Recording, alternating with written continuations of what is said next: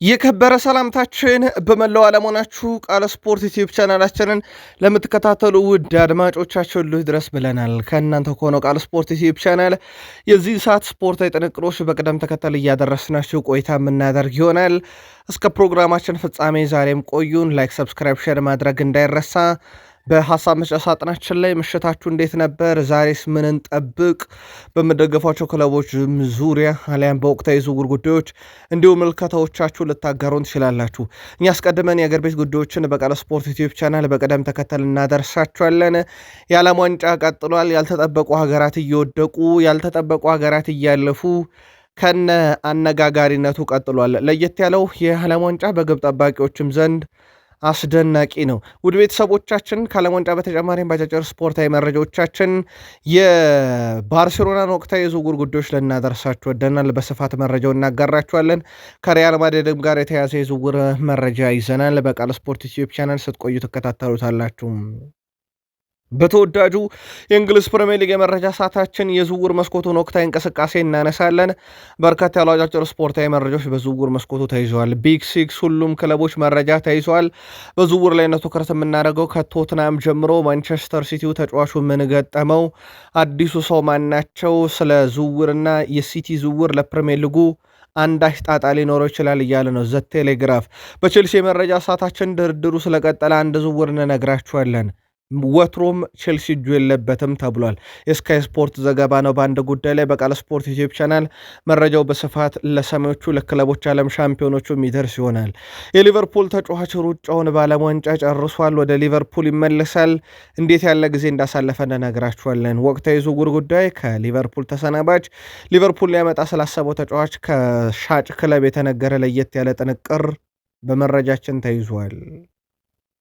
የዩናይትድ የቀድሞ ተጫዋች ሆኗል። በእርግጥ ግን አሁንም ዩናይትድ ሊመልሰው የሚችልበት እድል አለ። ልዩ ጥንቅር ይዘናል። በዓለም ዋንጫ የዩናይትድ ተጫዋቾች ሩጫን እንነግራችኋለን።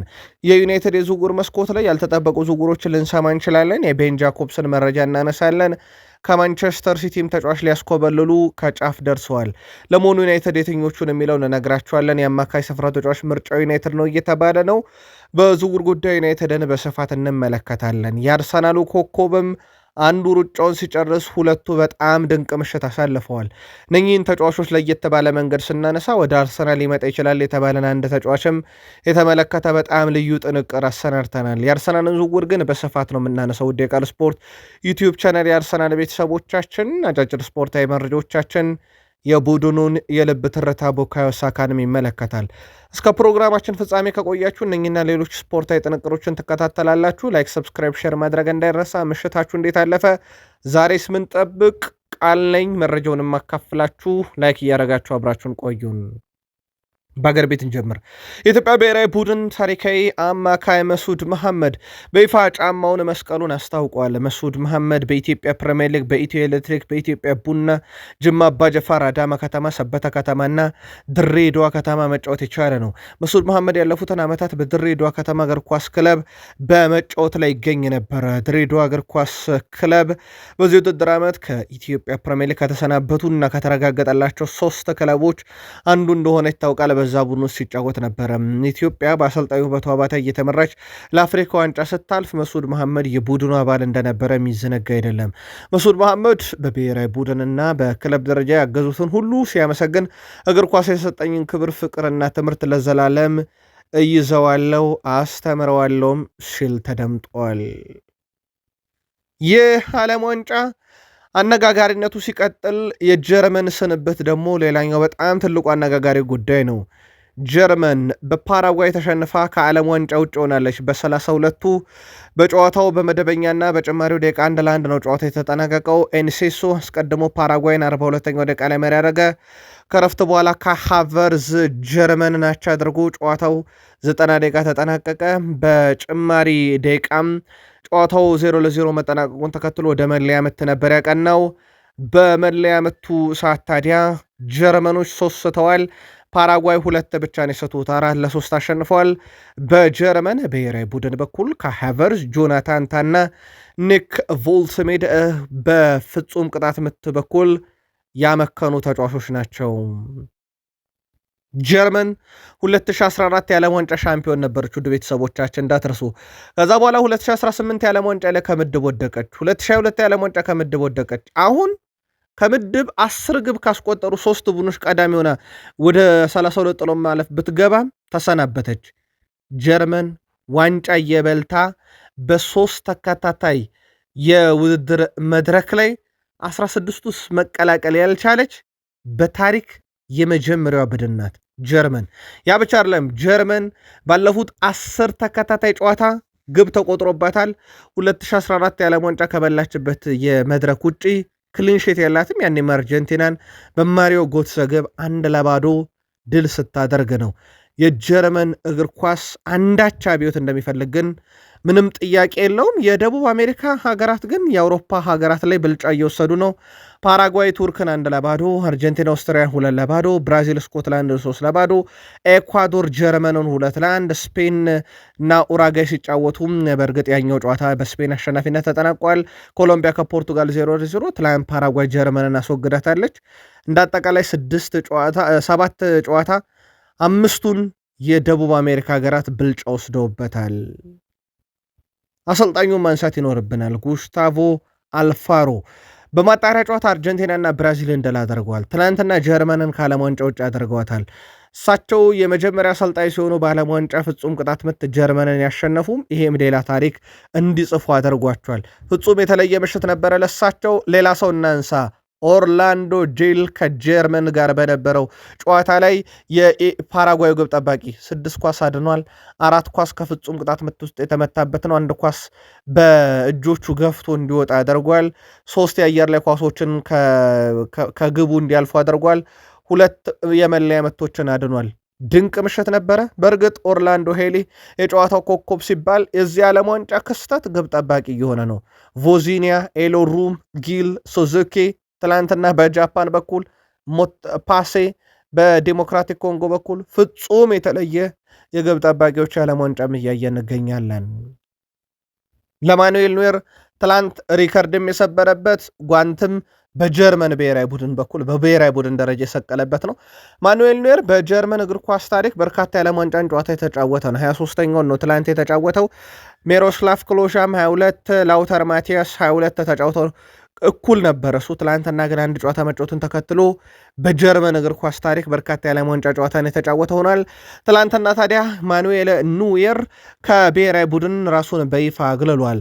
ኑየር ትላንትና ጀርመንን መታደግ ባይችልም ግን በቃኝ ብሏል። በዓለም ዋንጫም የመጨረሻ ጉዞ እንደነበረ ይታወቅ ነበረ። በእርግጥ ጥሪውም ያልተጠበቀ ነበረ። ጀርመንም ትላንትና ስንብቱ ያልተጠበቀ ነበረ። ቃል ስፖርት ላይ ናችሁ። የጀርመን ስንብት እንዴት አገኛችሁ? ጻፉልን። ብራዚል ባለቀ ደቂቃ ባስቆጠረችው ግብ ጃፓንን ድል አድርጋ በዓለም ዋንጫ 16ቱን ተቀላቅላለች። ትላንትና ብራዚል በጣም የተፈተነችበት ጨዋታ ነበረ። የጃፓን ብሔራዊ ቡድን ብዙ ዛቻ የዛቱበት ግን ትላንትና እጅ የሰጡበት ነበረ። በጨዋታው ሳኖ 29ኛው ደቂቃ ላይ በጣም አስደናቂ ግብ ለጃፓን አስቆጥሮ 1-0 መሩ። በኋላም ላይ ካዜሜሮ ከጋብርኤል ማጋሌሽ ያገኛትን ኳስ በጭንቅላቱ ገጭቶ አስቆጠረ። ጋብርኤል ማርቲኔሊ የአርሰናሉ ተጫዋች 95ኛው ደቂቃ ላይ ከብሩኖ ጉማሬሽ ያገኛትን ኳስ አስቆጥሮ ብራዚል ጨዋታውን 2-1 በሆነ ውጤት ድል በማድረግ ወደ 16 ውስጥ መቀላቀል ችላለች። ብራዚል በቀጣይ ሩብ ፍጻሜ ለማለፍ የኮት ዲቫር እና የኖርዌን አሸናፊ እምትፋለም ይሆናል። እስካሁን ሁለቱ ብሔራዊ ቡድኖች ሲገናኙ ብራዚል ጃፓን ለ30 ግብ ስታስቆጠር ጃፓን በአንጻሩ 9 ብቻ ነው ያስቆጠረችባት። ጃፓን በጭማሪ ደቂቃ በተቆጠረባት ግብ ብራዚል ስትሸነፍ በጣም አሳዛኟ ተሰናባች ሆናለች። በዓለም ዋንጫው 5 ጥሎ ማለፍ ጨዋታዎችን ማድረግ የቻሉት ጃፓኖች በ5ቱ ምንም ማሸነፍ አልቻሉም። ጃፓን ከነዚህ 5 የጥሎ ማለፍ ጨዋታ በ4ቱ የተሸነፈችው በጭማሪ ደቂቃ እየተቆጠረባት ባለ ግብ አሊያም በመለያ ምት ነው። በመጀመሪያ አጋማሽ ድንቅ የነበሩት ጃፓኖች በሁለተኛ አጋማሽ በብራዚል ግን ብልጫ ተወስዶባቸው ነበረ። በዘንድሮ የዓለም ዋንጫ 2 የጥሎ ማለፍ መርሃ ግብር ሲካሄዱ ካናዳ ብራዚል ቀድመው እንግዲህ ካናዳ እና ብራዚል በጭማሪ ደቂቃ በተቆጠረ ግብ ነው ያለፉት። ትላንትና ፓራጓይ ደግሞ በመለያ ምት በተገኘ አጋጣሚ ነበር ያለፉትና የዓለም ዋንጫ የመጨረሻ ደቂቃዎች አሁን የማይታመኑ ቅጽበት የተሞላባቸው እየሆኑም ተመልክተናል። የብራዚል ብሔራዊ ቡድን ዋና አሰልጣኝ ካርሎ አንቸሎቲ ካርሊቶ ተጋጣሚያቸው ጃፓንን አወድሰዋል። ጥሩ የተዋህደ ቡድን ነው በማለት ጃፓን የገለጹት አሰልጣኙ በጨዋታው ነገሮችን አክብደውብን ነበር ብለዋል። ከኔማር ጋር ማውራታቸውን የገለጹት ካርሎ አንቸሎቲ አቻውንን ጨዋታ ወደ ጭማሪ ደቂቃ ካመራ እንደሚገባ ነግሬው ነበር ሲሉ ተደምጠዋል። አቻ ከሆንን በኋላ ጨዋታውን ሙሉ ለሙሉ ተቆጣጠረ ስለነበረ ተጫዋች መቀየር አልፈለኩም፣ ለዛም ነው ኔማርን ያላስገባውት ሲሉ ተደምጠዋል። አሰልጣኙ በብራዚል ብሔራዊ ቡድን በኩል ደግሞ ግብ አስቆጣሪው ደስታዬን ለመግለጽ ተቸግሬያለሁ ብሏል። ብራዚልን አሸናፊ ያደረገች ግብ ከመረብ ያዋሃደው ጋብርኤል ማርቲኔሊ ቡድኑ አሸናፊ በማድረጉ ደስተኛ መሆኑን ገልጿል። በልብ ያለውን ደስታ ለመግለጽ ቃላት ያጥረኛል ያለው ማርቲኔሊ የግብ ዕድል እንደማገኝ አውቅ ነበር ሲል ከጨዋታው በኋላ ተናግሯል። በብሔራዊ ቡድን በተለየ ሚና የታየው ማርቲኔሊ በአርሰናል ቤት ካለ ሚና ጋር የተለየ ነው። ካርሎ አንቸሎቲ ጋር አውርተናል። ቡድኑን አሸናፊ በማድረግም ደስተኛ ነኝ ብሏል። ትላንትና 9 ቁጥር ቦታ ላይ ሲጫወት የነበረው ማቲያስ ኩኛን ተክቶ ገብቶ በ9 ቁጥር ሚና ላይ ነበረ ትላንትና እሱም ሲጫወት የነበረው። የጃፓን ብሔራዊ ቡድን ተጫዋች ከውድድሩ መሰናበታቸውን ተከትሎ ደጋፊውን ይቅርታ ጠይቀዋል። ተጫዋቾች ከሜዳ መውጣታቸው በፊት ወደ ደጋፊዎች በማቅናት ነው በይፋ ይቅርታ የጠየቁት። የቡድን አሰልጣኝ ሞሪሲዮ በሰጡትም ቃል ተጫዋቾች ሜዳ ላይ ያላቸውን ሁሉ ግን ሰጥተዋል ብለዋል። ደጋፊዎች ቡድኑ ባሳካው ነገር እንደሚኮሩ ተስፋ አደርጋለሁ ሲሉም አሰልጣኝ ሞሪያሱ ተናግረዋል። አክለውም ሁሉም ሰው ተጫዋቾቹን እንዲያበረታታና ላሳኩት ነገርም እንዲያጨበጭብ ጠይቃለሁ ብለዋል። በዛውም ደጋፊዎቹም እነሱን ለመደገፍ እዛ ድረስ ስለመጣ እናም አብሯቸው ለዘለቀ ደጋፊዎቸው ትላንትና ከአንገታቸው ዝቅ ብለው ይቅርታ ጠይቀዋል። የጃፓን ዲሲፕሊን ፍጹም አስደናቂ ነው። ያ ሲሆን ደጋፊው ስቴዲየሙን አጽድቶ ሙሉ ለሙሉ ተጫዋቾቹ መልበሻ ክፍሉን ሙሉ ለሙሉ አጽድተው እንደሚወጡ ይታወቃል። ትላንትና ቢሸነፉም ያን ድርጊታቸውን አልነፈጉም። የጃፓን ብሔራዊ ቡድንም በይፋ ተሰናብቷል። ቪኒሺየስ ጁኒየር ትላንትና በጣም አስደናቂ ነበር። ምናልባት አንድ ብረት የመለሰበት ኳስ ቢቆጠር በዚህ ዓለም ዋንጫ ምናልባትም በጣም ውቡ ግብ ሊሆን ይችል ነበረ። ከመሃል ሜዳ ጀምሮ ድሪብል እያደረገ የሄደበት መንገድ፣ ተጫዋቾችን የሸወደበት፣ ከዛ በኋላ ግብ ጠባቂው ለጥቂት ቋሷን ትንሽ ስለነካት ብቻ ብረቱን ለትሞ ተመለሰ እንጂ የዓለም ዋንጫ ውብ ግብ ሊያሳየን ይችል ነበረ። 3 ሙከራዎችን አደረገም። አንድ ኳስ ቋሚ መለሰበት፣ አንድ ትልቅ የግብ ዕድል ሳተ፣ 2 ቁልፍ ኳሶችን አቀበለ። ከ11 የመሬት ላይ ፍርሚያ 6ቱን አሸንፏል። ቪኒሺየስ ጁኒየር ምርጥ ነበረ። ሌላኛው በጨዋታው ምርጥ የነበረው ብሩኖ ጉማሬሽ ነው። ትላንትና አሲስት ያደረገ ያውም የ95ኛው የማሸነፊያዋን ግብ 95ኛው ደቂቃ የማሸነፊያውን ግብ አሲስት ያደረገው እሱ ነው። 4 አሲስት አለው። በዚህ ዓለም ዋንጫ ላይ በነገራችን ላይ ከሱ የላቀ አሲስት ያለው አንድም ተጫዋች የለም። ያ ብቻ አይደለም። በብራዚል እግር ኳስ ታሪክ በአንድ የዓለም ዋንጫ ውድድር በርካታ አሲስት ያለው ፔሌ ነው፣ 1976 ነው። ብሩኖ ጉማሬሽ አሁን 4 አሲስት አለው። ምናልባት በቀጣይ ጨዋታ 2 አሲስት የሚያደርግ ከሆነ ከፔሌ ጋር ይስተካከላል። 3 አሲስት የሚያደርግ ከሆነ ብራዚላዊ ታሪካዊ አሲስት ባለቤትም ይሆናል። በብራዚል እግር ኳስ ታሪክ በእድሜ አንጋፋው ግብ አስቆጣሪ ቤቤቶ ነው። በ34 ዓመት ከ137 ቀን ግብ አስቆጥሮ ትልቁ ተጫዋች ነው በእድሜ። ካዜሚሮ በነገራችን ላይ በዓለም ዋንጫ ብራዚል እንደምትሄድበት ርቀት ይወሰንና ግብ የሚያስቆጥር ከሆነ እድሜውን ይሄን ሪካርድ መስበር ይችላል። ኦልሞስት የ9 ቀን ልዩነት ነው በመካከላቸው ያለውና ያንን የ11 ቀን ልዩነት ነው በመካከላቸው ያለውና ያንን ማድረግ የሚችል ከሆነ እንመለከቷለን። ካዜሜሮ ግን ሁለተኛው ሰው ሆኗል በእድሜ አንጋፋው ብራዚላዊ ግብ አስቆጣሪ። ያ ብቻ አይደለም። በዓለም ዋንጫ በርካታ ቢጫ ካርዶችን በመመልከት ትላንትናም ካዜሜሮ 5ኛው ነው በዓለም ዋንጫ የው። በነገራችን ላይ በዓለም ዋንጫ ሪካርድ የሻቬር ማሻራኖ ነው የአርጀንቲናው ተጫዋች 7 ቢጫ ካርድ አለው። ካፉ ብራዚል ላይ 6 አለው። አሁን ሲሌ ማኑዌሪ ካለው ጋናዊ ተጫዋች እኩል ካዜሜሮ 5ኛ ቢጫ ካርዱን ትላንትና እንዲሁ ተመልክቷል። ካዜሜሮ ለብራዚል ብሔራዊ ቡድን 10ኛ ግቡን በ90 ደቂቃ ሲያስቆጠር በዚህ ዓመት ለዩናይትድ እና ለብራዚል 12ኛ ግቡን ነው ማስቆጠር የቻለው። የዓለም ዋንጫ ዛሬም ይቀጥላል። ወደ ቤተሰቦቻችን ዛሬ አፍሪካዊ ተወካይ አይቮሪ ኮስት ከኖርዌይ ከምሽቱ 2 ሰዓት ጀምሮ ጨዋታው ይደረጋል። ሁለቱ ብሔራዊ ቡድኖች ኤቲኤንዲ ስቴዲየም ላይ ጨዋታ ሲያደርጉ ጄሱስ ቫልዙዌላ የዛሬውን ጨዋታ በመሃል ሜዳ ዳኝነት ሲመሩት፣ ጆርጌ ኦሬጎ ደግሞ የዛሬው ጨዋታ የቫር ዳኛ ናቸው። ኮት ዲቯር በዚህኛው የዓለም ዋንጫን ጨምሮ በአጠቃላይ በመጨረሻ 5 ጨዋታ 4 ድል 1 ሽንፈት ብቻ ነው በጀርመን የደረሰባት። በኖርዌይ ብሔራዊ ቡድን በኩል ባለፉት 5 የመጨረሻ ጨዋታ 3ቱ ድል አንዳቻ በፈረንሳይ 4-1 ብቻ የተሸነፈችው ይጠቀሳል። ሁለቱ ብሔራዊ ቡድኖች በኢትዮጵያን የሰዓት አቆጣጠር ቀመር ዛሬ ምሽት 2 ሰዓት ጀምሮ ፍልሚያቸውን ያደርጋሉ። ቀደመ ገምታችሁን ላኩልን። ሌላኛው መርሃ ግብር በፈረንሳይና በስዊድን ብሔራዊ ቡድን መካከል የሚደረገው መርሃ ግብር ነው። ጨዋታው በኢትዮጵያን ሰዓት አቆጣጠር እኩለ ሌሊት 6:00 ሲል ይጀምራል።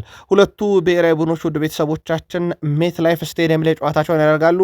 ዳንኤል ማኬሌሌ የዛሬው ጨዋታ የማን ሜዳ ዳኛ ሲሆኑ ሃስል ስታግስተር የዛሬው ጨዋታ የቫር ዳኛ ናቸው። በፈረንሳይ ብሔራዊ ቡድን በኩል ባለፉት 5 ጨዋታ 4ቱ ድል ነው፣ 1 ሽንፈት ገጥሟቸዋል። የስዊድን ብሔራዊ ቡድን በመጨረሻዎቹ 5 ጨዋታ 1 ድል ነው ያለው። በ2 ጨዋታ ተሸንፎ በ2 ጨዋታቸው ወጥቷል። የስዊድን ብሔራዊ ቡድን ዓለም ዋንጫ መግባት አንድ ነገር ነው፣ እዚህ መድረሷ ራሱ ሌላ ነገር ነው። ሁለቱ ብሔራዊ ቡድኖች የመጨረሻ 10 ግንኙነታቸውን ነጥለን ብናይ 6 የፈረንሳይ ያሸንፋለች፣ 2 የስዊድን፣ 2 ያቸው ወጥተዋል። የመጨረሻ 4 ግንኙነታቸውን ነጥለን ብናይ 3ቱን ፈረንሳይ ነው ድል ያደረገችው፣ 1 ጨዋታ ብቻ ነው ስዊድን በበላይነት የተወጣችው። ቅድመ ግምቶች ዛሬ ለፈረንሳይ አድልተዋል። በዓለም ዋንጫውም ቅድመ ግምት የተሰጣት እንደሆነች ይታወቃል። ግን የማይጠበቅ ብሔራዊ ቡድን ሊያልፈም ይችላል። ግን ቅድመ ግምታችሁን ላኩልን። ሌላኛው የዛሬ ጥሎ ማለፍ መርሃ ግብር በአዘጋጁ ሀገር ሜክሲኮና በኢኳዶር መካከል ከሌሊቱ 10 ሰዓት ጀምሮ የሚደረግ መርሃ ግብር ነው። ውድ ቤተሰቦቻችን ኤስታዲዮ ባኖ ሬቴ ላይ ጨዋታ ይደረጋል። ስሎቫክ ቬንቺች የዛሬው ጨዋታ የማን ሜዳ ዳኛ ናቸው። ቶማስ ካሊንኪን የዛሬው ጨዋታ የቫር ዳኛ ናቸው። ሜክሲኮ ባለፉት 5 የመጨረሻ ጨዋታ 5ቱንም ድል አድርጋለች። ያ ብቻ አይደለም ውድ ቤተሰቦቻችን 5ቱን ድል ስታደርግ በ4ቱ ጨዋታ መረቡ አልተደፈረም። በአንድ ጨዋታ ብቻ ነው ጎል የተቆጠረባት። በኢኳዶር ብሔራዊ ቡድን በኩል ደግሞ ባለፉት 5 ጨዋታ 3ቱ በድል የተጠናቀቁ፣ አንዳቻ፣ አንድ ጨዋታ ደግሞ እንደዚሁ ሽንፈት ገጥሟታል። በመጨረሻ 10 ግንኙነታቸውን ነጥለን ብናይ ሜክሲኮ 3 ያሸንፋለች፣ ኤኳዶር 3 ያሸንፋለች፣ 4 ጊዜያቸው ወጥተዋል። የመጨረሻ 4 ግንኙነታቸውን ነጥለን ከተመለከተን ደግሞ በኤኳዶር በኩል 1 ጊዜ ድል አደርጋለች። 3ቱን ጨዋታ ባቻ ውጤት ነው ያጠናቀቁት። ሁለቱ የላቲን ሀገራት ዛሬ አንዳቸው ያልፋሉ፣ አንዳቸው ይወድቃሉ። ቅድመ ግምታችሁን ላኩልን። የአጫጭር ስፖርታዊ መረጃዎቻችን ሰዓት ላይ ነን። የፊፋው ፕሬዚዳንት ጃን ኢንፋንቲኖ የዓለም ዋንጫን በየስቴዲየሞቹ እየተዘዋወሩ እያዩ እንደሆነ ይታወቃል። በግል ጀታቸው ፊፋ በጀት በጅቶላቸው ማለት ነው። 16 ከተሞችን ከጁን 11 ጀምሮ ተዘዋውሮ 25 ጨዋታዎች በላይ ተመልክተዋል። በነገራችን ላይ እሳቸው በሚጠቀሙት የግል ጀት ምክንያት እስካሁን የበረሩት ከ50,000 ኪሎ ሜትር በላይ ሆኗል። ያ ማለት ውድ ቤተሰቦቻችን ቢቢሲ ስፖርት አጠናውት ባለው ጥናት እሳቸው አሁን እየፈጸሙ ባሉት የግል ጀት በረራ ብዛት ምክንያት በዓመት 78 ሰዎች ወደ ከባቢ አየር ከሚለቁት የካርበን እኩል መጠን እሳቸው ገና በ16 ከተሞች ሲዘዋወሩ በክለዋል አየሩን ብሎ ጥናት አውጥቶባቸዋል ዣን ኢንፋንቲኖ ላይ። ሌላን መረጃ እንንገራችሁ። ዣን ኢንፋንቲኖ ክስ ላይ ናቸው። ምክንያቱ ግልጽ ነው። ከዶናልድ ጄ ትራምፕ ጋር ባላቸው ግንኙነት ምክንያት 15 የአውሮፓ አባል ሀገራት ክስ መክሰሳቸው ይታወቃል። በወላጅናታቸው ድንገተኛ ህልፈተ ሕይወት ምክንያት ከብሔራዊ ቡድኑ ጋር ያልነበሩት ዲዲየር ዴሾፕ ከባድ ጊዜ ነበረ ብለዋል።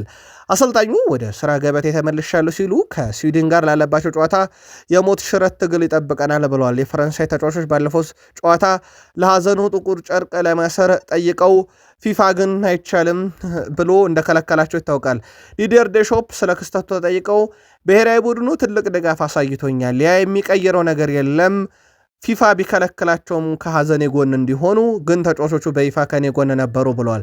አክሎም ማድረግ ስለመቻሉ አላውቅም፣ ነገር ግን ለውጥ የለውም፣ ተጨማሪ ነገር አያስፈልግም፣ ሁሉም ሰው ከጎን ነበር ብለዋል። የቡድኑ ተጫዋቾች አድሪያን ራቢዮ በኩሉ ጥሩ ነገር ለመስራት ተመልሶ መጥቷል፣ በቆይታው ምቾት የሚሰጠውን ነገር ሁሉ እናደርግለታለን ለዲዲየር ዴሾፕ ሲል ተደምጧል። በዚህ ዓለም ዋንጫ ላይ በርካታ የእግር ኳስ ገለልተኛ ደጋፊዎች የክርስቲያኖ ሮናልዶን የዓለም ዋንጫ ማሸነፍ ይጠብቃሉ። ልክ 2022 የሊዮኔል አንድሬስ ሜሲን እንደጠበቁት ያው እንዳልኳችሁ በርካታ ገለልተኛ ደጋፊዎች ናቸው ግን ዘንድሮ ለፖርቱጋልና ለሮናልዶ የዓለም ዋንጫ ይመጣ ዘንድ አንዳች ተአምር ያስፈልጋል። ከክሮሻ ጋር በጥሎ ማለፍ ይጫወታሉ። ፖርቱጋል ካለፉ ምናልባት ሊያገኙ የሚችሉት ቡድን ስፔንን የመሆን እድሉ በጣም ሰፊ ነው። ከዛ ቤልጅየምን የማግኘት እድል አላቸው። ከዛ ፈረንሳይን የማግኘት እድል አላቸው። መጨረሻ ላይ ምናልባትም በፍጻሜ ከአርጀንቲና ጋር ሁሉ ሊገናኙ የሚችሉበት እድል አለ። ቢያንስ ክሮሺያ፣ ስፔን፣ ቤልጅየም፣ ፈረንሳይ፣ አርጀንቲናን የመሳሰሉ ቡድኖች ይሄ በቅድመ ግምት ደረጃ ነው የማሸነፍ ዕዳ ውስጥ የገባ ቡድን ነው ፖርቱጋል። ይሳካ ይሆን ወይ? መልካታችሁን ላኩልን። አጫጭር ስፖርታዊ መረጃዎቻችን ይቀጥሉ። የአርቢ ሌይፕዚግ የፊት መስመር አጥቂ አንዲዮ ሜንዲ በግሉ ከፓሪስ ሰን ዠርሜን ጋር ከስምነት ደርሷል። ኮት ዲቫር አጥቂ ሌይፕዚግን የሚለቅ ከሆነ ምርጫው ፓሪስ ሰን ዠርሜን እንደሆነ ግልጽ ካረገ በኋላ ሊቨርፑል አማራጭ እያየ ነው። ፒኤስጂ ከአርቢ ሌይፕዚግ ጋር ቀጥታ ይፋ ድርድር ሳይሆን በቀጥተኛ ያልሆኑ ውይይቶችን ያደረጉት የሌይፕዚግ ስፖርቲንግ ዳይሬክተር ማርሰል ሼፌር በበኩላቸው ተጫዋቹ ሊለቅ ነው መባሉን አንፈቅድም እኛ ብሏል። እንደውም እኛ ሀሳባችን ቀጣይ ውድድር ዓመት እሱን ከአጥቂ ወስደን ተከላካይ እናደርገዋለን፣ ስለዚህ ሁሉ እያሰብን ነው፣ ስለ መሸጥ እያሰብን አይደለም ብለው ቀልደዋል። ነገርየው ግን የሚቀር አይመስልም። ምናልባት ዋጋ የማዋደድ ሂደት ካልሆነ በስተቀር ተጫዋቹ በሚቀጥሉት ጥቂት ቀናቶች በተለይም ከዓለም ዋንጫው አንዳችን ልባት በኋላ አይቮሪ ኮስት ጉዞ ፓሪስ ሰን ዠርሜን ይቀላቀላል ተብሎ ይጠበቃል። ሃሪ ኬንን የባርሴሎና ሰዎች አነጋግሮታል። ወኪሉን አነጋግረዋል። በነገራችን ላይ ባርሴሎና የሃሪ ኬንን ያ ማለት በዩሊያን አልቫሬዝ ዝውውር ላይ እጅ ሊሰጡ እንደሚችሉ ፍንጭ የሰጠ ነው። ምንም ጥያቄ የለውም። ትላንትና ግን ወኪሉን ቢያነጋግሩም ቫየር ሙኒኮች አዲስ ኮንትራት ለማቅረብ ፍላጎት አላቸው ተብሏል እና ነገርዮ ትንሽ ወሰብሰብ እያለ ነው። የሃሪኬንም ጉዳይ ምናልባት ባየር ሙኒኮች የባርሴሎናን ጉዞ ለመግታት ይሆን ያንን ኮንትራት የሚያቀርቡለት ወይንስ የሚለው ይጠበቃል። ምናልባት በዩሊያን አልቫሬዝ በኩል ቆሟል ወደ ባርሴሎና ጉዞ የሚለውን በተመለከተ ባደረግነው ማጣራት ዩሊያን አልቫሬዝ 150 ሚሊዮን ዩሮ ባርሴሎና የሚያቀርብ ከሆነ በግሉ ግፊት ለማድረግ ፍላጎት አለው ተብሏል። ክለቡ አትሌቲኮ ማድሪድ ላይ በዚህ ዝውውር ላይ ከባርሴሎና በኩል ተጫዋች ይካተታል ተብሎ ግን ሳይጠበቅም በቀጥታ 150 ሚሊዮን ዩሮ ካቀረቡ ግን ዩሊያን አልቫሬዝ በራሱ ጫና ለማድረግ ተዘጋጅቷልና ዝውውሩ ይፈጸም ዘንድ ተጫዋቹ በራሱ ከፍተኛ ግፊት ያደርጋል ተብሎ ይጠበቃል። የሪያል ማድሪድ 150 ሚሊዮን ዩሮ ለዩሊያን አልቫሬዝ ቀርቦ ውድቅ የተደረገው ነገርየው ጫና ለመፍጠር ያደረጉትና ሆም ብለው ያደረጉት ነገር ነው። ሁዋን ላፖርታ ተብለው የፍሎሬንቲኖ ፔሬዝ ተብለው እንደተወቀሱበት ይታወቃል። አሁን ላይ ግን ያ ገንዘብ ሊውል የሚችለው ማይኬል ኦሊሴ አሊያም ደግሞ የኤንዞ ፈርናንዴዝ የቼልሲ ኤንዞ ፈርናንዴዝ ላይ ይሆናል ተብሎ ሲጠበቅ ነበረ። ከማይኬል ኦሊሴ ጋር በተያዘ ግን በተጫዋቹ በኩል ሪያል ማድሪድ ገፍቶ የሚመጣ ከሆነ ለመጫወት ፍላጎት አለውና ይህንን እቅዱ ለመግታት በባየር ሙኒክ በኩል ውይይቶችን ያደርጋሉ ተብሏል። በቀጣይና ከወኪሉና ከተጫዋቹ ጋር ባየር ሙኒኮች ውይይት ለማድረግ አቅዷል ነው የተባለው፣ ተጫዋቹን ለማቆየት ማለት ነው። ግን የሪያል ገፍቶ የሚመጣ ከሆነ ተጫዋቹ በግሉ ይህን ዝውውር ሊቀበለው ይችላል የሚለው ነገር አሁን በባየር ሙኒክ ቤት ስጋት ገብቷል። ሪያል ማድሪዶች እንደሚታወቀው በወቅታዊ ጉዳዮች ላይ ከመግዛት ወደ መሸጥ መሸጋገራቸውና ትንሽ ረፍት ላይ እንዳሉ ይታወቃል። ከመግዛት አንጻር ምናልባት በቀጣይ ቀናት የዚህን ዝውውር ይፋ ጥያቄም ልንሰማ የምንችልበት ትልቅ እድል አለ። ቃል ስፖርት ላይ ናችሁ ውዶቻችን። የሳቱን የተመራረጡ ስፖርታዊ ጥንቅሮች እያጋራናችሁ እንገኛለን። ከተወዳጁ እንግሊዝ ፕሪሚየር ሊግ ብቻ ወዳገኘናቸው የዕለቱ ጥንቅሮች እንሻገር። ከፕሪሚየር ሊግ መረጃችን ጋር ስትቆዩን ላይክ፣ ሰብስክራይብ፣ ሼር ማድረግ እንዳይረሳ ውድ ቤተሰቦቻችን። የፕሪሚየር ሊግ የመረጃ ሰዓታችንን በዝውውር መስኮቱን ጀመረ። ብራይተን በዝውውር መስኮቱ ላይ እንቅስቃሴዎችን እያደረገ ነው። ብራይተን የአማካይ ስፍራ ተጫዋች ከሞናኮ ለማምጣት እቅድ አለው። ላሚን ካማራ ነው። ገና 22 ዓመቱ ላይ ይገኛል። ሴኔጋል የተጫዋች በዓለም ዋንጫ ላይ ይገኛል። ተጫዋቹ የመጫወቻ ደቂቃን ፍለጋ ሜትስን እንደተቀላቀለ ይታወቃል። በሌሎች የፕሪሚየር ሊግ ክለቦችም ፍላጎት አለ። ካማራ እስከ 35 ሚሊዮን ፓውንድ ሂሳብ ተቀምጦበታል። ተጫዋቹ በጣም አስደናቂ የውድድር ዓመት አሳልፏል። ሜትስን ከተቀላቀለ በኋላ ማለት ነው። የሞናኮ ተጫዋች እንደሆነ ይታወቃል። ተጨማሪ መረጃዎች በቃል ስፖርት ዩቲዩብ ቻናል ይኖሩናል። ክሪስታል ፓላሶች ደግሞ በዝውውር መስኮቱ እንግሊዛዊን የቱሉዝ የማል ተከላካይ ቻርልስ ክሪስዌልን የግላቸው ለማድረግ ፍላጎት አላቸው። በክሪስታል ፓላስ በኩል የስታድ ሬንሱን ተጫዋች እንግዲህ ከዚህ በፊት ማነጋግረው እንደነበረ ይታወቃል። ክሪስዌልን በተመለከተ ግን አሁን በዋነኝነት ወደ ፕሪሚየር ሊጉ መመለስ ይፈልጋል። ቱሉዝን በመልቀቅ ማለት ነው። በእንግሊዝ ፕሪሚየር ሊግ የዝውውር መስኮት ላይ ይሄ ዋና ዋናዎቹ ቡድኖች ብቻ ሳይሆኑ ደረጃ መዳቢ የሚባሉትም እየተንቀሳቀሱ ነው። ለአብነት ያክል ትላንትና ኤቨርተን ተጫዋች ለማስፈረም በግል ጉዳይ ከስምነት ደርሷል። 16.5 ሚሊዮን ፓውንድ ለሚድልስ ቦሮ ይከፍላል። ሃይደን ሄከንን የገላቸው ለማድረግ ነው። አብዛኛው ነገር ተጠናቋል። ውድ ቤተሰቦቻችን ይህ ዝውውር በሚቀጥሉት ጥቂት ቀናት ውስጥ ይጠናቀቃል። ዴቪድ ሞይስ ቡድኑን በደንብ እያጠናከሩ ነው።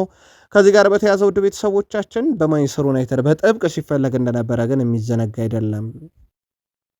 ቶተንሃም ሆትስፐርሶች በዝውውር መስኮቱ ላይ በንቃት እየተሳተፉ ነው። በተለይም የሮቤርቶ ዲዘርቢ ወደ ቡድኑ መምጣት ቡድኑን አንድ ብለው በፕሪሚየር ሊጉ እንዲተርፍ ያደረጉት፣ ሁለት ደግሞ በዝውውር መስኮቱ በስፋት እያጠናከሩት ይገኛሉ። በርካታ ዝውውሮችን ሰማን።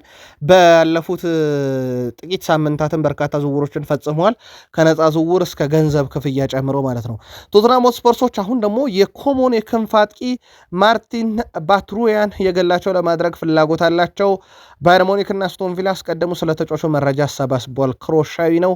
ኮሞ በተጫዋቹ በኩል ከዚህ በፊት የቀረበለትን 55 ሚሊዮን ዩሮ ውድቅ አድርጎ እስከ 80 ሚሊዮን ዩሮ ነው ለዚህ ተጫዋች ዝውውር የምፈልገው ብሏል። የሴሪኤ ክለቡ በባርቲዮን በኩል ያላቸው ዋነኛ ፍላጎት በክለቡ ማቆየት እና የረጅም ጊዜ እቅዳቸው አካል ማድረግ ነው። ቶትናም ወደ ዝውውሩ በይፋ ገብቷል። ምን አይነት ነገር ይገጥሟል ቶትናም ከዚህኛው ዝውውር የሚለውን በቀጣይ እንከታተለዋለን። የሲቲው ተጫዋች ሮድሪ ኮንትራት ቀርቦለታል። እስካሁን አልፈረመም። ወደ ሪያል ማድሪድ አያቀናም። 1 ዓመት ግን ኮንትራቱ ላይ ቀራል የሚለው በራሱ ሌላ ስጋት ነው ለማንቸስተር ሲቲ ደጋፊዎች። የሪያል ማድሪድ ጉዞ ቀርቷል። በፍሎሬንቲኖ ፔሬዝ ፕሬዚዳንታዊ ምርጫውን ካሸነፉ በኋላ እቅድ አይደለም ማለታቸው ይታወቃል። ሮድሪጎ ጎይዝን በተመለከተ ያው እንዳልኳችሁ ሁለት ነገር ነው ስጋቶች ያሉት። አንድ በተጫዋቹ በኩል ከፍተኛ ደሞዝ ሊጠይቅ ይችላል ሲቲን የሚል ሲሆን፣ ሁለተኛው ነገር ኮንትራቱን ሳይፈርም ቀጣይ ዓመት እንደ ልማዱ በነፃ ማድሪድን እንደሚቀላቀሉት ሁሉ እሱም ያደርገዋል የሚል ነው። አሁን እየወጡ ባለው መረጃዎች መሰረት ሮድሪ ምናልባትም ከዓለም ዋንጫው በኋላ ሕክምና ምርመራ ያስፈልገዋል እየተባለ ነው። በተጫዋቹ በኩል ምናልባትም ከነጉዳቱ እየተጫወተ ነው እና በዓለም ዋንጫ ላይ ከዓለም ዋንጫው በኋላ እንደሚደረግለት የሕክምና ምርመራ ቀዶ ጥገና ወይንስ በረፍት ነው የማገገም ሂደቱን የሚያከናውነው የሚለው ይጠበቃል። በተጫዋቹ በኩል ግን መጠነኛ ጉዳቶች እንዳሉበት ነው እየተነገረ የሚገኘው። ማሬስካ በይፋ ትላንትና የፔፕ ጋርዲዮላ አልጋ ወላሽ ሆኗል። አሁን ትክክለኛው ሰው ናቸው አይደሉም የሚለውን ለሲቲ ደጋፊዎች እንተውና ግን እሳቸው ማን ናቸው የሚለውን ጥቂት እናነጻጽር። እሳቸው 92 የፕሪሚየር ሊግ ጨዋታዎችን መርተዋል። በፕሪሚየር ሊጉ 92 ጨዋታ የመምራት ታሪክ አላቸው። ከዚህ ውስጥ 55ቱን ድል አድርገዋል። ኦልሞስት 60 በመቶ የፕሪሚየር ሊግ ጨዋታን እያሸነፉ ነው። ይሄ ከጋርዲዮላ ጋር ካነጻጸር ነው ፍጹም ዝቅተኛ ነው። እሳቸው ከ73 በመቶ በላይ ጨዋታን የመሸነፍ ንጻሪ ያላቸው። የአልጋ ወራሽነቱ ሂደት በአንድ ጊዜ አልጋ ባልጋም ይሆናል ተብሎ አይጠበቅም። ግን ማሬስካ በአካዳሚ አብረው ሰርተዋል ከፔፕ ጋርዲዮላ ጋር ጥሩ የሚባል ወዳጅነት ያላቸው። ፔፕ ጋርዲዮላ በአምሳያቸው ቀርጿቸዋል ከሚባሉ ሰዎች ውስጥ አንደኛው ናቸው። እሳቸው በአምሳያቸው ቀርጿቸዋል ሲባል ወይ አሰልጥኗቸዋል ወይ አብረዋቸው ሰርተዋል ነው። ለአብነት ያክል ሚኬል ማርቲያን አርቴታንን አላሰለጠኑም ፔፕ ጋርዲዮላ ግን አብረው ሰርተዋል። ስለዚህ የጋርዲዮላ ተማሪ ከሚባሉት ውስጥ አንደኛው ነው። በእርግጥ በአርሰን ቬንገር ስራ አብዛኛውን ጊዜያቸውን አሳልፈዋል። ሚኬል ማርቲያን አርቴታ ከዚህ ጋር በተያዘ 60 በመቶ ፕሪሚየር ሊግ የማሸነፍ ንጻሪ ያላቸው ሰው ሲቲን በቀጣይ ወዴት ይወስዱታል የሚለው በትልቁ ይጠበቃል። በሲቲ በኩል የኤሊዮት አንደርሰን የሕክምና ምርመራ እንደተጠናቀቀ ይፋ አድርገዋል። በትላንትናው ዕለት የማንቸስተር ሲቲ 116 ሚሊዮን ፓውንድ ዝውውር ከተረጋገጠ በኋላ ያው በሲቲ ታሪክ ውዱ ዝውውር ነው። በነገራችን ላይ ያው ማሬስካ የመጀመሪያ ፈራሚያቸው በእሳቸው ጥረት የመጣ አይደለም፣ ምንም ጥያቄ የለውም። የእሳቸው የመጀመሪያ ፈራሚ ነው ተብሎ የሚያዘው ግን እሳቸው የተደራደሩበት እሳቸው እንዲመጣ የገፉበት እና እሳቸው የተሳተፉበት ለማለት ግን ኦፊሻል ፊርማቸው ትላንት ስላረፈ ይቸግራል።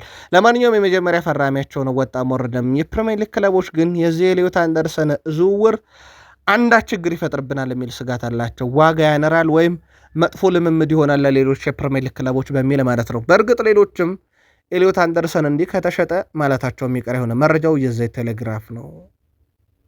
በቼልሲና በሰንደርላንድ መካከል የሚደረገው ድርድር ዛሬም ቀጥሏል። ዣካ ዝውውሩን ይፈልጋል መባሉ የውይይቱ ሂደት እንዲቀጥል ያደረገ ነው። ግራኒት ዣካ በአርሰናል ተጫውቶ ለፕሪሚየር ሊግ ለቢግ ሲክስ ክለብ የመጫወት ልምድ አለው። በአርሰናልና በቼልሲ መካከል ተጫዋች ቅያሬም ብርቅ አይደለም። በቅርብ ዓመታት እንደውም በርካታ የቼልሲ ንብረት የሆኑ ተጫዋቾች በአርሰናል መለያ እየተጫወቱ ነው። ኬፓና ምና ተመልክተናል። ከዛ ውጭ ከሃቨርዝ በቼልሲ የነበሩ ተጫዋቾች እንደነበሩ የሚዘነጋ አይደለም። ኑኖ ማድዌኬም ያምና ዝውውር ነው። በርካቶች እንደውም ዘንድሮ ተረኛ ማን ነው እያሉ ነበር። አሁን ግን የቀድሞ የአርሰናል ተጫዋች ግራኒት ዣካ ነው ወደ ቼልሲ ሊያመራ የተቃረበውና አርሰናልም ተጫውቶ ከዛ ለቼልሲ ደግሞ የሚጫወት ሌላኛው ታሪካዊ ተጫዋች ሊሆን ይችላል። ስካይ ጀርመኒም ዝውውሩ የሚቀር አይመስልም ወደ ቼልሲ እያሉ ይገኛሉ። ማሬስካ ከቼልሲ ተባረረ የሚል ነገር ነበረ ሲወጣ የነበረው። እሳቸው ዝም ጭጭ ብለው በለንደን ቆይተው ነበረ። ምክንያት ለምን ለንደን ቆዩ ሲባሉ ያው ከቼልሲ ለቅቅ ያለው ግን ልጆቹ የትምህርት እስኪጨርሱ እየጠበቅኩ ነው ብለው ነበረ። ግን ነገርየው በእርግጥ የቤተሰብ ጉዳይ እንዳለ ሆኖ ሲቲን እንደሚረከቡ ልባቸውም ስለሚያውቁ ነበረ። እሳቸው እስከ 2030 የሚቆይ ኮንትራት በቼልሲ ነበራቸው።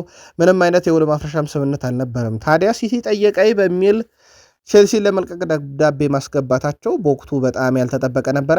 ለማንኛውም ስንብታቸው እንደታሰበው ቼልሲ ያባሯቸው፣ ቼልሲ ተቆጥቷቸው አይደለም። እሳቸው ፈልገው ልባቸው ሲቲ ቤት ስለኮበለለ አካላቸው እዛ እንደማይቆይ ያውቀዋል። ልባቸው እዛ ሳይኖርና መልቀቂያውን ያስገቡት እሳቸው ነበሩ። ስለዚህ ማሬስካ ከቼልሲ ሳይባረሩ በገዛ ፈቃዳቸው ወጥተዋል። ለማንኛውም ለዚህም ነው 17 ሚሊዮን ፓውንድ ቼልሲ ካሳ ያገኘባቸው።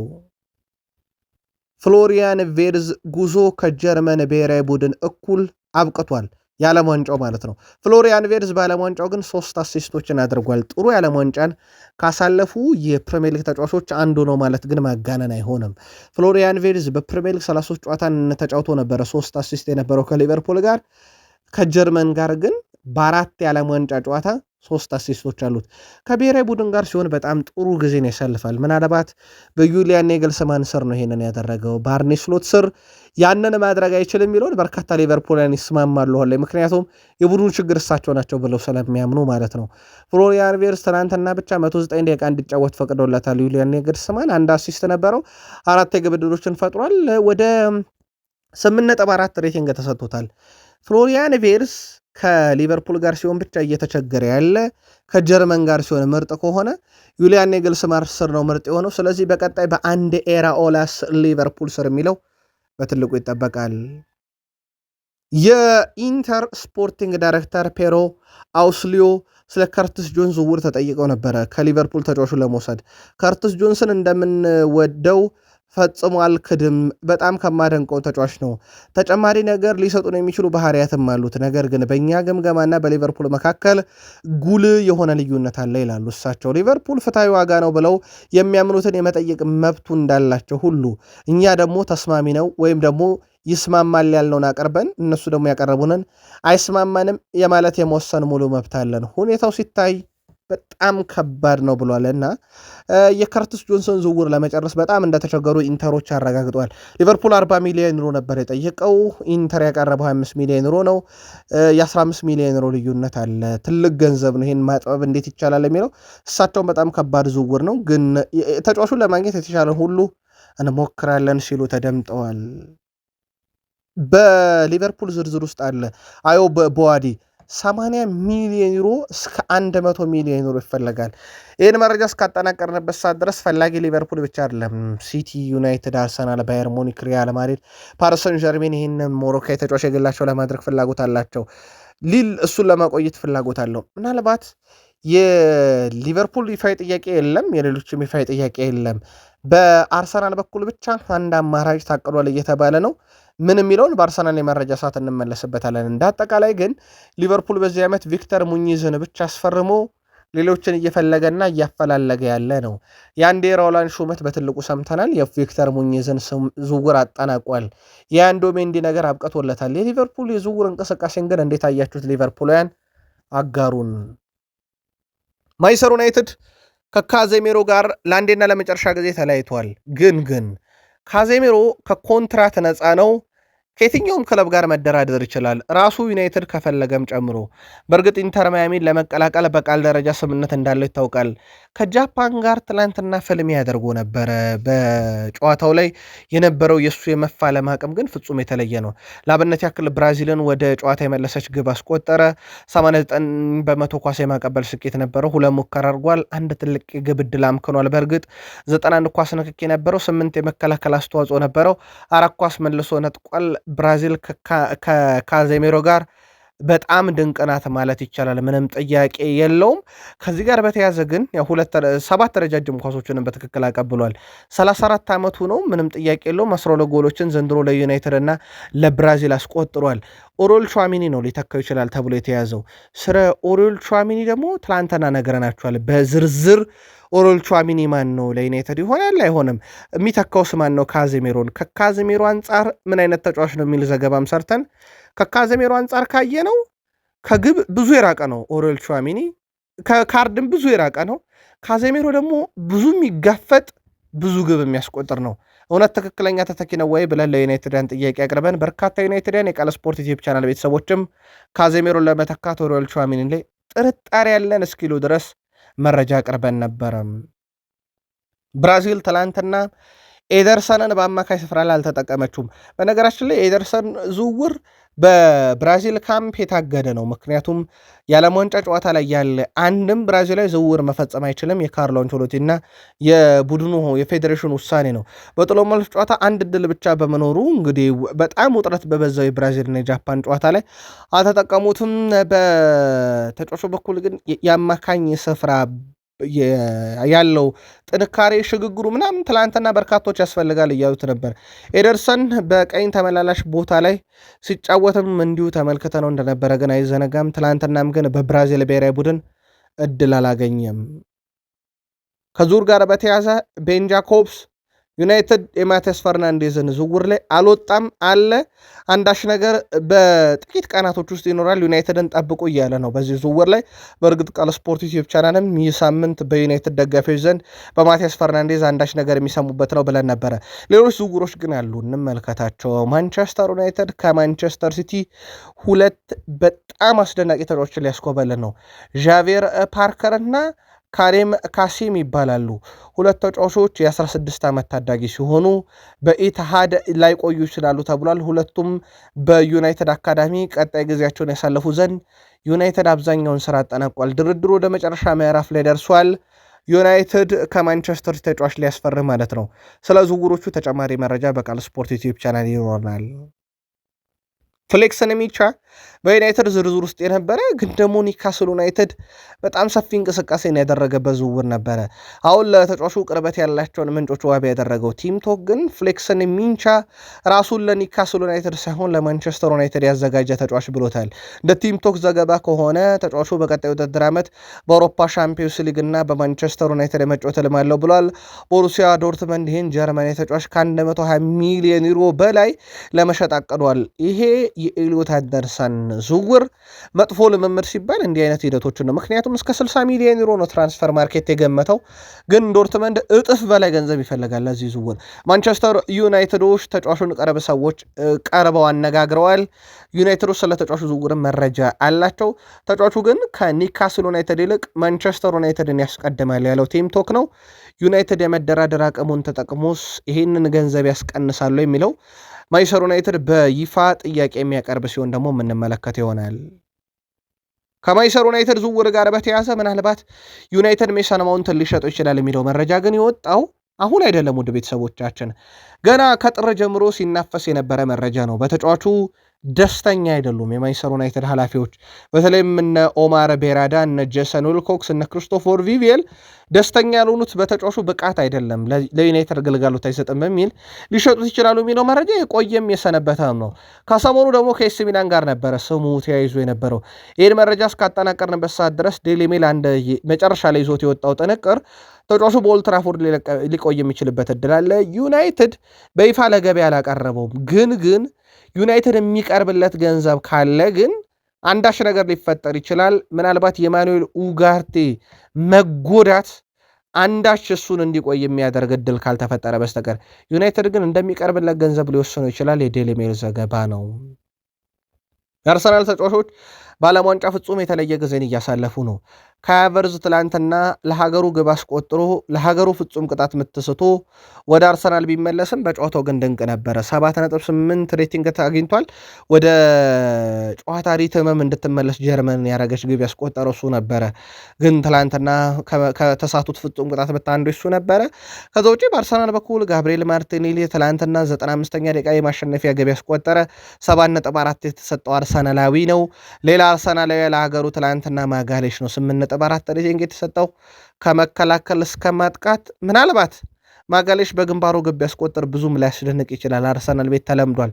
ትላንትና ለካዜሜሮ ክሮስ ያደረገበት መንገድ ግን ፍጹም የተለየ ነው። ለካዜሜሮ ቅልል ያለ ኳስ አቅርቦት በጣም አስደናቂ ግብ ካዜሜሮ ማስቆጥሮ ብራዚል ወደ ጨዋታ እንድትመለስ አድርጎም ነበረ።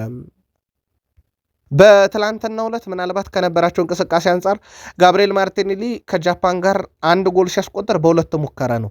19 ኳስ ንክኪ ነበረው። አንድ ቁልፍ ኳስ አቀብሏል። አንድ የመከላከል ሂደት ነበረው። ክሎፕ በአንድ ወቅት ስለ ጋብሪኤል ማርቲኔሊ ሲናገሩ የወደፊት ኮከብ ድንቅ ተጫዋች ብለው ነበረ። ትላንትና ባለቀ ደቂቃ ብራዚልን ወደ ዓለም ዋንጫ 16 ውስጥ እንድትገባ አድርጓታል። በነገራችን ላይ ማርቲኔሊ 95ኛው ደቂቃ ላይ ያስቆጠራት የማሸነፊያ ጎል በዓለም ዋንጫ ታሪክ ከ1966 በኋላ በመደበኛ ደቂቃ ክፍለ ጊዜ ዘግይቶ የተቆጠረች ጎል ሆና ተመዝግባለታለች።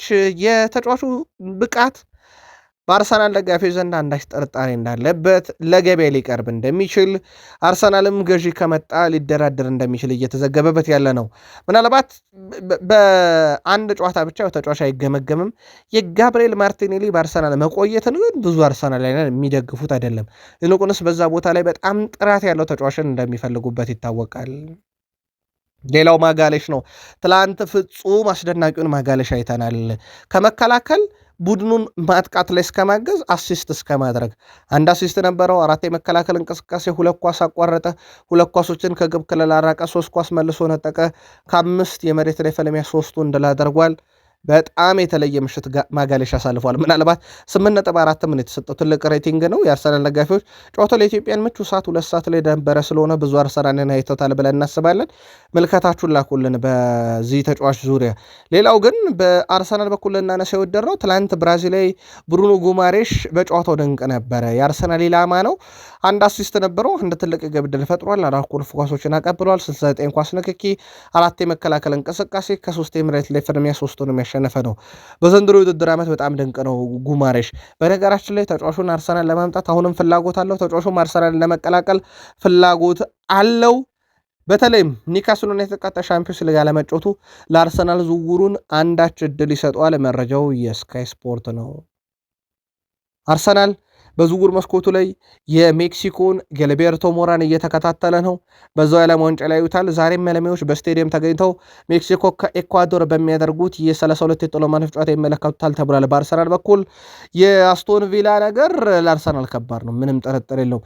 በእርግጥ በፕሪሚየር ሊግ ከአስቶን ቪላ እና ከኒውካስል ተጫዋች መግዛት ፈተናውን ላብነት ያክል የአምና የኢሳክ ዝውውር ለሊቨርፑሎች ጥሩ መማሪያ ይሆናል። ዳግም ወደ ኒውካስል ሄደው ተጫዋችን ላለማስፈረም እንዲምሉም ሊያረጋቸው ይችላል። አርሰናሎችም በጉማሬሽም ቢሆን በሳንድሮ ቶናኒም ያ ነገር የሚቀርላቸው አይሆንም።